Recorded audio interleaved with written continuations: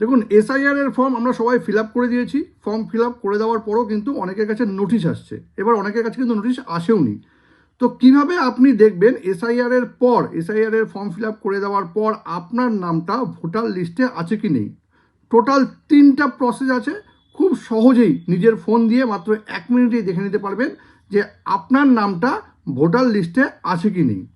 তবে সেটা আপনি দেখবেন কি করে জানতে গেলে ভিডিওটা শেষ পর্যন্ত দেখুন, আর প্রসেসটাও একদম সেভ করে নিন। আপনাকে গুগলে চলে আসতে হবে, এখানে আপনাকে লিখে দিতে হবে ইলেকট্রাল রোল। ঠিক আছে, এখানে আপনি ক্লিক করে নেবেন। ক্লিক করে নেওয়ার পর এরকম একটা পেজ ওপেন হবে। দেখুন এখানে আছে ইলেকট্রাল রোল, এখানে ক্লিক করবেন।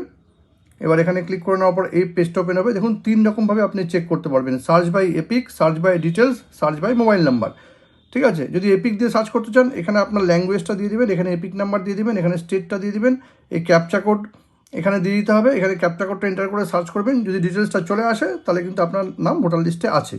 এবার যদি ডিটেলসে যদি দেখুন যে আপনার কাছে যদি আপনার যে ভোটার কার্ড নাম্বারটা থাকে সেটা যদি না থাকে, তাহলে এই ডিটেলসগুলো ফিল আপ করে দেবেন। ফিল আপ করে দেওয়ার পরে যে ক্যাপচা আছে ক্যাপচাটা দিয়ে দিতে হবে, সার্চ করবেন, যদি নাম চলে আসে তাহলে আপনার নাম কিন্তু ভোটার লিস্টে আছে।